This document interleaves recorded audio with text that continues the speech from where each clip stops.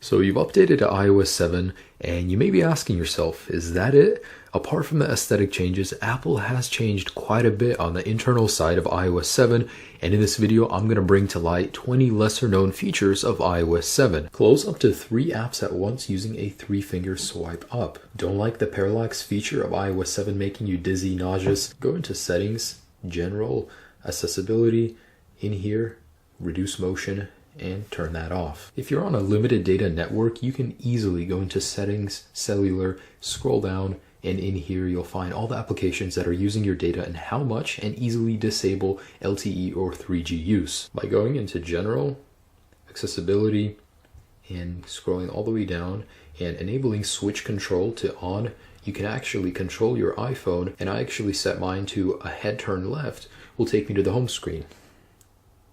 And there you go.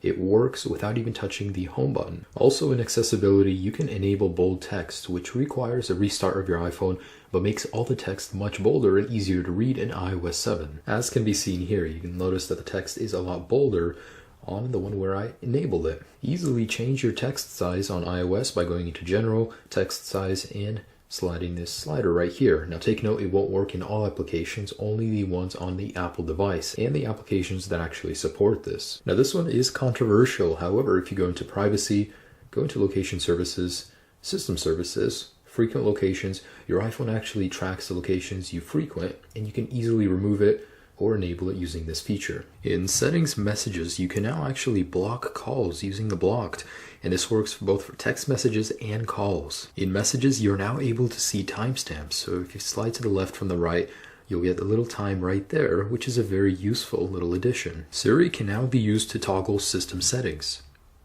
Siri, enable Bluetooth.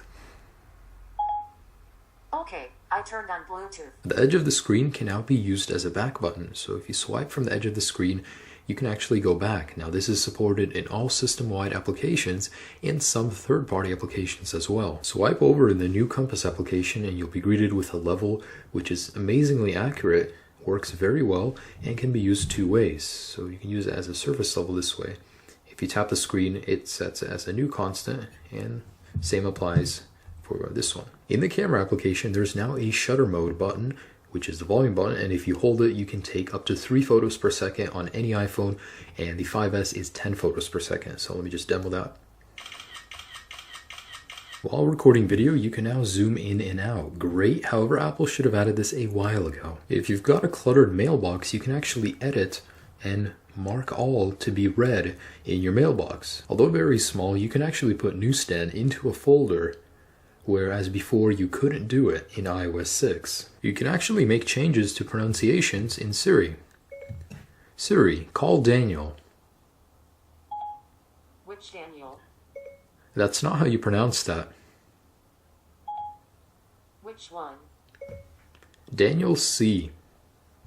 Okay, how do you pronounce the name? Daniel. Okay, thank you. Which pronunciation should I use? Daniel, Daniel, Daniel. Using FaceTime, you can actually make audio calls now, and I've heard the quality is much better without actually using your minutes. In the passcode lock settings, you're actually given an option to delete all the data on the iPhone after 10 failed passcode attempts. And lastly, my favorite in sounds, if you go into ringtone vibration, you can make a custom vibration.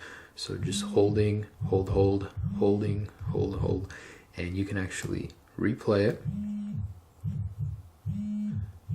So depending on which contact you want, you can actually get them to get a custom vibration ringtone, so you'll automatically know without hearing a sound how it feels in your pocket when someone is calling. And that's 20 hidden features at iOS 7. I do hope some of these that I brought to light you do use in your day-to-day use. I do appreciate you watching this video. Have a great day. Peace.